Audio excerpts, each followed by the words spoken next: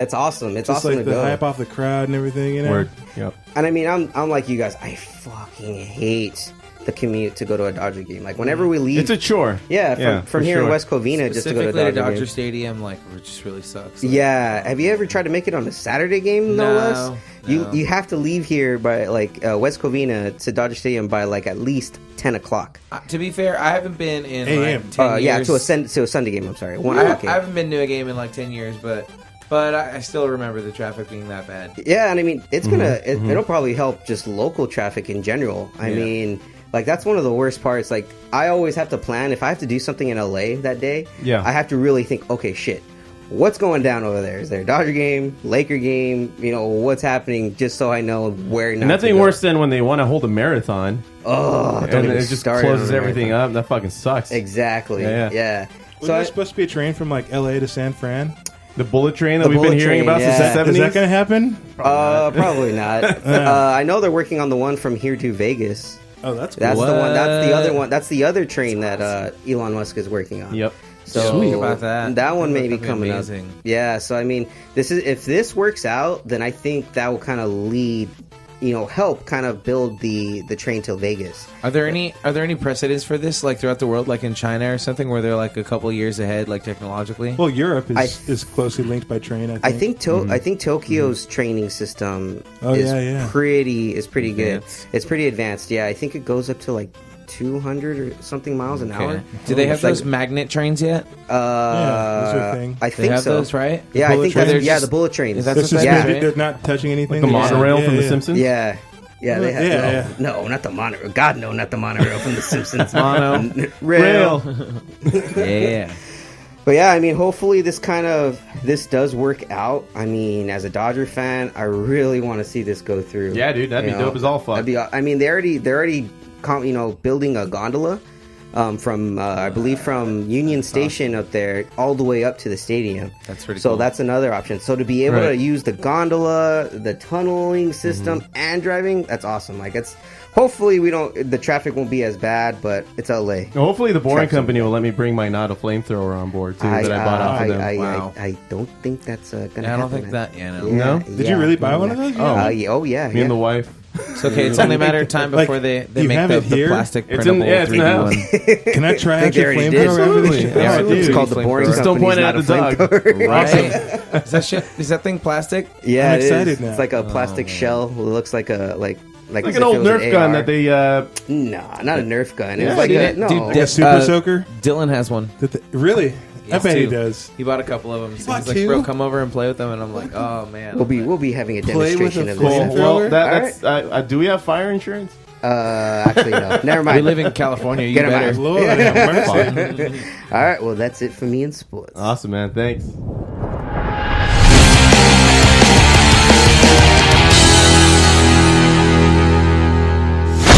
All right, man. Well, just like in every time we have a guest on, I always ask one of them to come up with a song that maybe got a little underappreciated when it came out. So we're gonna start off with one of those songs in this music segment.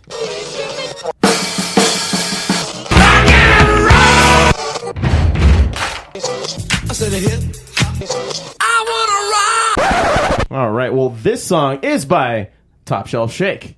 It's called "Bad for My Blues." Do you want to tell us a little bit more about it, Aaron? Yeah, it's actually one of the oldest songs that we have as a band. It was it started out before the band was even a thing, and I brought it to the guys, and they helped make it better, and we let it gestate over a few years. And actually, we had it back when we recorded our first album. Okay. Our first 8 songs, and we didn't record it then. We saved it for this next one. Just to keep, letting it sit for a little while and get better and better. Let it And so- marinate. Just wait for Let's the hear right it. time. Let's listen to it a So little this bit. is it after a couple years sitting around. Awesome.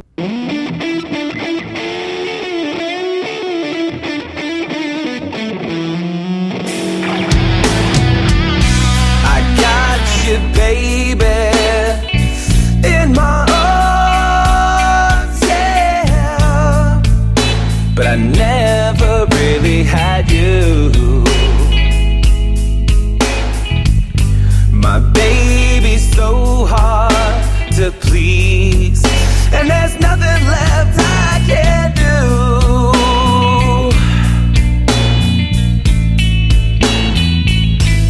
Listen here, baby.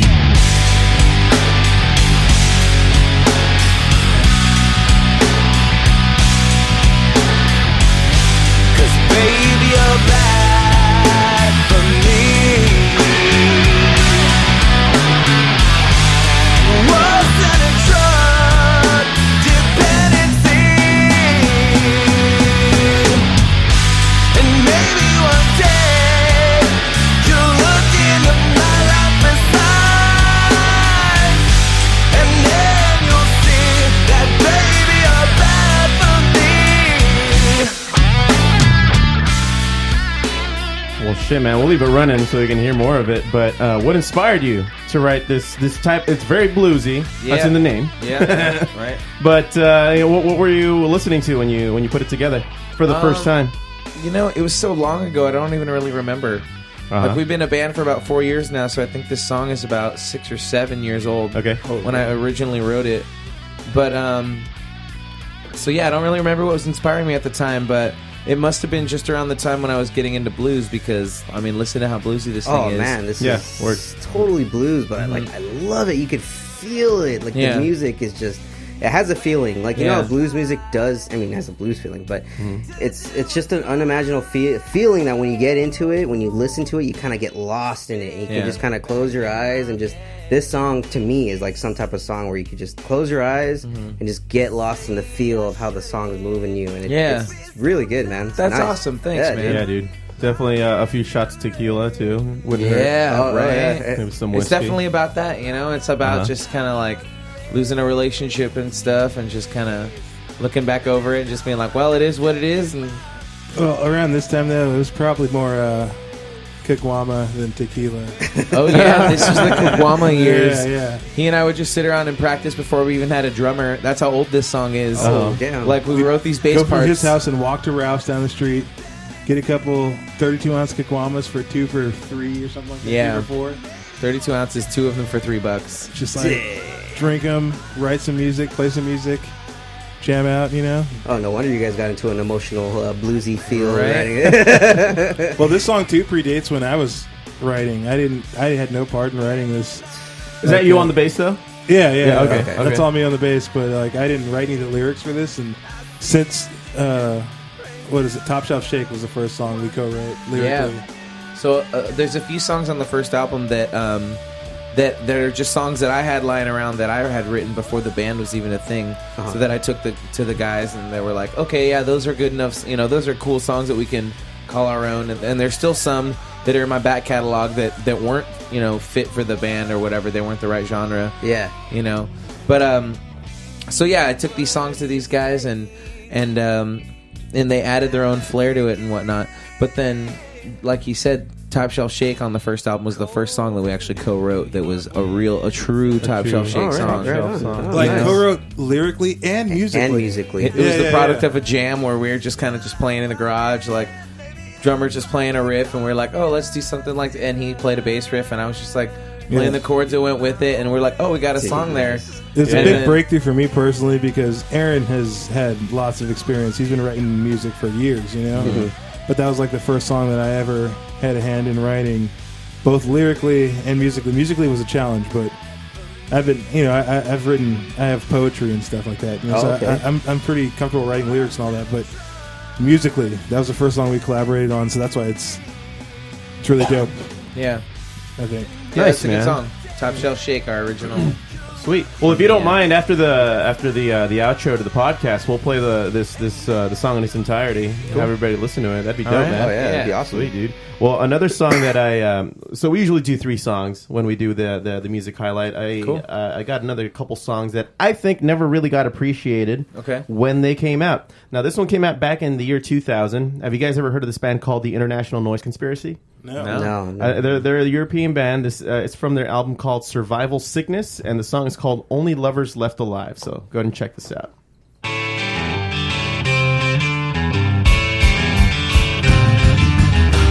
You can choke on his ways while we stay up every night and every day. Doesn't matter what to say, 'cause your ways are so fucking lame. Yeah, we're not coming over while you want to take your pills, watch you fall asleep. Yeah, we're not gonna